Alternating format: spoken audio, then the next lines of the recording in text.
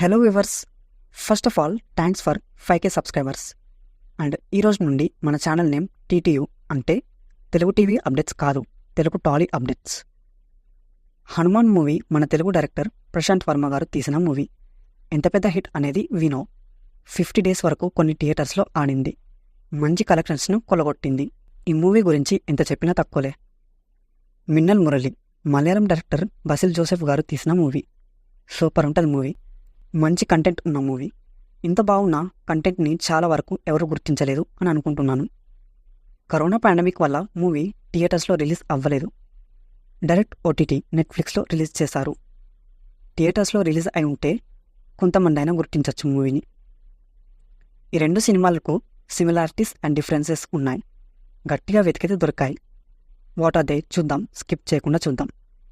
First S&Dలో yes అంటే similarities.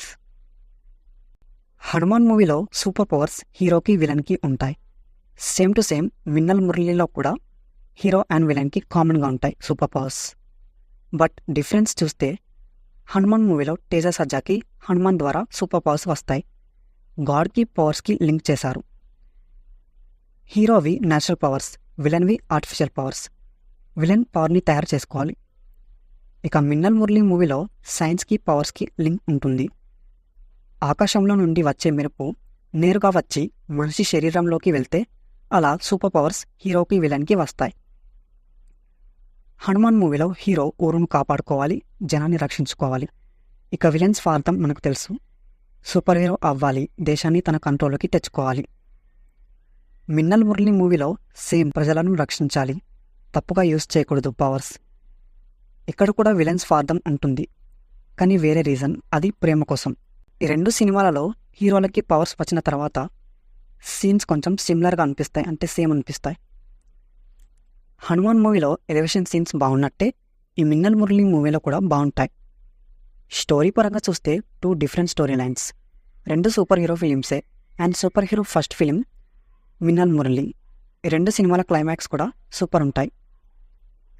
VFX విషయంలో కూడా 2 సినిమాలలో హనుమాన్ కొంచెం బెటర్.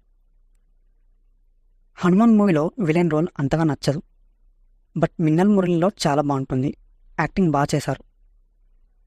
మిన్నల్ మురళి మలయాళం మూవీ అయినప్పటికీ బాగుంటుంది. మలయాళం మూవీ అయితే ఏంటి, అది కూడా మూవీయేగా, అందులో కూడా కంటెంట్ ఉంది కదా.